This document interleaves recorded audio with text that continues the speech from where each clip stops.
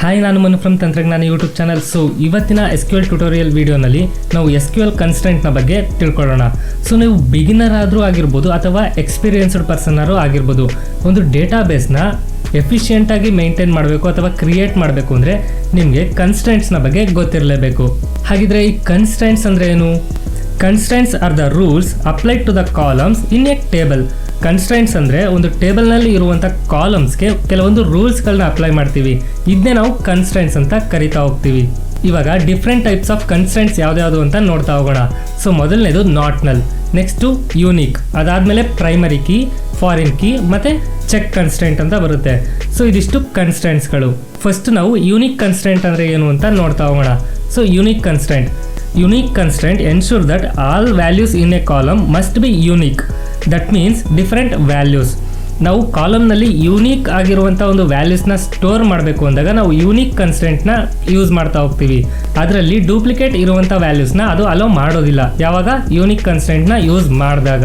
Store ಮಾಡುವಂಥ ಪ್ರತಿಯೊಂದು ವ್ಯಾಲ್ಯೂನು different ಆಗಿರಬೇಕು, ಅಂದರೆ ಸೇಮ್ ಟು ಸೇಮ್ ಇರಂಗಿಲ್ಲ. ಸೊ ಇವಾಗ ಈ ಒಂದು ಟೇಬಲ್ನ ಕನ್ಸಿಡರ್ ಮಾಡ್ಕೊಳ್ಳೋಣ.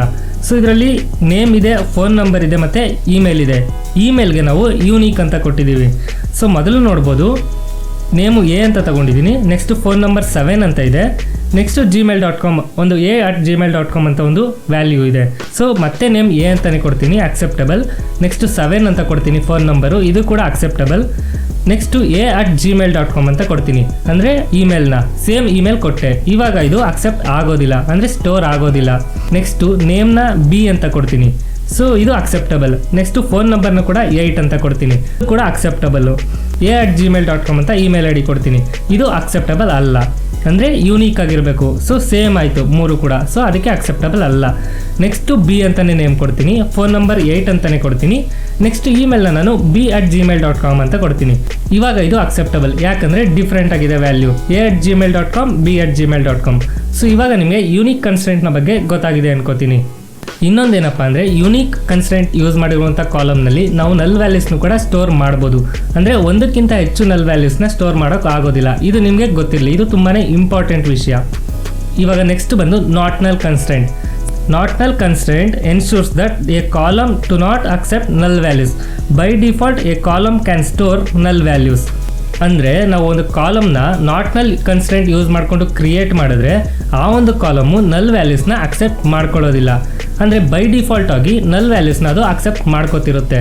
ನಾವೇನಾದರೂ ನಲ್ ವ್ಯಾಲ್ಯೂಸ್ನ ಸ್ಟೋರ್ ಮಾಡಬಾರ್ದು ಅಂದಾಗ ಮಾತ್ರ ನಾಟ್ ನಲ್ ಕನ್ಸ್ಟ್ರೆಂಟ್ನ ಯೂಸ್ ಮಾಡ್ತಾ ಹೋಗ್ತೀವಿ.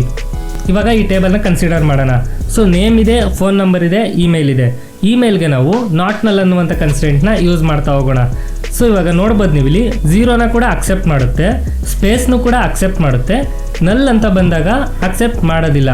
ಬಟ್ ಅದೇ ನಲ್ನ ನಾವು ಸಿಂಗಲ್ ಕೋಟಲ್ಲಿ ಕೊಟ್ಟಾಗ ಇದು ಅಕ್ಸೆಪ್ಟ್ ಮಾಡ್ತಾ ಹೋಗುತ್ತೆ, ಯಾಕಂದರೆ ಅದನ್ನ ಸ್ಟ್ರಿಂಗ್ ಅಂತ ಕನ್ಸಿಡರ್ ಮಾಡ್ತಾ ಹೋಗುತ್ತೆ. ಸೊ ಇವಾಗ ನಿಮಗೆ ನಲ್ ಮತ್ತು ನಾಟ್ ನಲ್ ಬಗ್ಗೆ ಐಡಿಯಾ ಬಂದಿದೆ ಅಂತ ತಿಳ್ಕೊತೀನಿ. ಸೊ ನೆಕ್ಸ್ಟ್ ಬಂದು primary key constraint. Primary key constraint uniquely identifies each record in a table. Primary keys must contain unique values and cannot contain null values.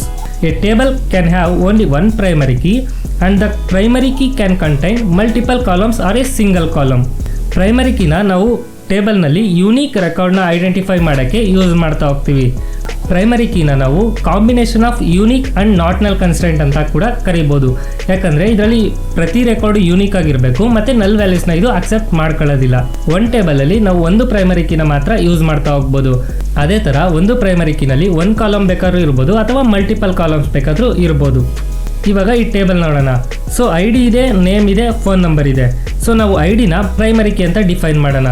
So ID ನ ನೋಡ್ಬೋದು ನೀವು, ಸೇಮ್ ಕೊಟ್ಟಾಗ accept ಮಾಡ್ಕೊಳ್ಳೋದಿಲ್ಲ. ಅಂದರೆ 1 ಕೊಟ್ಟು ಮತ್ತೆ 1ನೇ ಕೊಟ್ಟರೆ ಅದು ಅಕ್ಸೆಪ್ಟಬಲ್ ಅಲ್ಲ.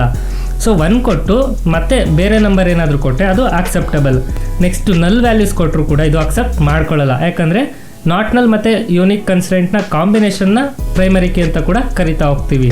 ಸೊ ಇವಾಗ ನಿಮಗೆ ಪ್ರೈಮರಿ ಕೀ ಬಗ್ಗೆ ಒಂದು ಐಡಿಯಾ ಬಂದಿದೆ ಅಂತ ತಿಳ್ಕೊತೀನಿ. ನೆಕ್ಸ್ಟ್ ಬಂದು foreign key. Foreign key is used to establish relationship between the tables. ಅಂದರೆ ಒಂದು ಟೇಬಲಿಂದ ಇನ್ನೊಂದು ಟೇಬಲ್ಗೆ ರಿಲೇಷನ್ಶಿಪ್ನ ಎಸ್ಟಾಬ್ಲಿಷ್ ಮಾಡೋಕ್ಕೋಸ್ಕರ ನಾವು ಫಾರಿನ್ ಕೀನ ಯೂಸ್ ಮಾಡ್ತಾ ಹೋಗ್ತೀವಿ. Foreign key column in one table that refers to the primary key of another table. The table with the foreign key is called as child table the table with a primary key is called as parent table. Foreign ಕೀನ ಎಸ್ಟಾಬ್ಲಿಷ್ ಮಾಡಬೇಕು ಅಂದರೆ ನಮ್ಮ ಹತ್ರ 2 table ಇರಬೇಕು. ಈಗ foreign key ಇರುವಂಥ ಟೇಬಲ್ನ ನಾವು ಚೈಲ್ಡ್ ಟೇಬಲ್ ಅಂತ ಕರಿತೀವಿ, ಅಥವಾ ಪ್ರೈಮರಿ ಕೀ ಇರುವಂಥ ಒಂದು ಟೇಬಲ್ನ ಪ್ಯಾರೆಂಟ್ ಟೇಬಲ್ ಅಂತ ಕರಿತಾ ಹೋಗ್ತೀವಿ. ಇವಾಗ ಈ ಟೇಬಲ್ಸ್ ನೋಡಿ. ಸೊ ಡಿಪಾರ್ಟ್ಮೆಂಟ್ ಟೇಬಲ್ ಇದೆ ಮತ್ತು ಸ್ಟೂಡೆಂಟ್ ಟೇಬಲ್ ಇದೆ. ಡಿಪಾರ್ಟ್ಮೆಂಟ್ ಟೇಬಲಲ್ಲಿ 3 ಡಿಪಾರ್ಟ್ಮೆಂಟ್ಸ್ ಇದೆ, ಅದನ್ನ ಪ್ರೈಮರಿ ಕೀ ಅಂತ ತಗೊಂಡಿದ್ದೀನಿ. ಸೊ ನೆಕ್ಸ್ಟ್ ಬಂದರೆ ಸ್ಟೂಡೆಂಟ್ ಟೇಬಲಲ್ಲಿ 3 ಸ್ಟೂಡೆಂಟ್ಸ್ನ ತಗೊಂಡಿದ್ದೀನಿ. ಸೊ 3 ಸ್ಟೂಡೆಂಟಲ್ಲಿ ಇಬ್ಬರು ಒಂದೇ ಡಿಪಾರ್ಟ್ಮೆಂಟ್ಗೆ ಸಂಬಂಧಪಟ್ಟಿದ್ದಾರೆ. ಅಂದರೆ ಫಾರಿನ್ ಕೀಯಲ್ಲಿ ನಾವು ಡೂಪ್ಲಿಕೇಟ್ಸ್ನು ಅಕ್ಸೆಪ್ಟ್ ಮಾಡ್ತೀವಿ, ಅದೇ ಥರ ಫಾರಿನ್ ಕೀನಲ್ಲಿ ನಲ್ ವ್ಯಾಲ್ಯೂಸ್ನ ಕೂಡ ಅಕ್ಸೆಪ್ಟ್ ಮಾಡ್ತಾ ಹೋಗ್ತೀವಿ. ಸೊ ಇದಿಷ್ಟು ಫಾರಿನ್ ಕೀ. ಫಾರಿನ್ ಕೀನ ಮೇಯ್ನಾಗಿ ಯಾಕೆ ಯೂಸ್ ಮಾಡ್ತೀವಿ? ಒಂದು ಟೇಬಲಿಂದ ಇನ್ನೊಂದು ಟೇಬಲ್ಗೆ ರಿಲೇಷನ್ಶಿಪ್ನ ಎಸ್ಟಾಬ್ಲಿಷ್ ಮಾಡೋಕ್ಕೋಸ್ಕರ ಯೂಸ್ ಮಾಡ್ತಾ ಹೋಗ್ತೀವಿ. ನೆಕ್ಸ್ಟ್ ಬಂದು ಚೆಕ್ ಕನ್ಸ್ಟೆಂಟ್.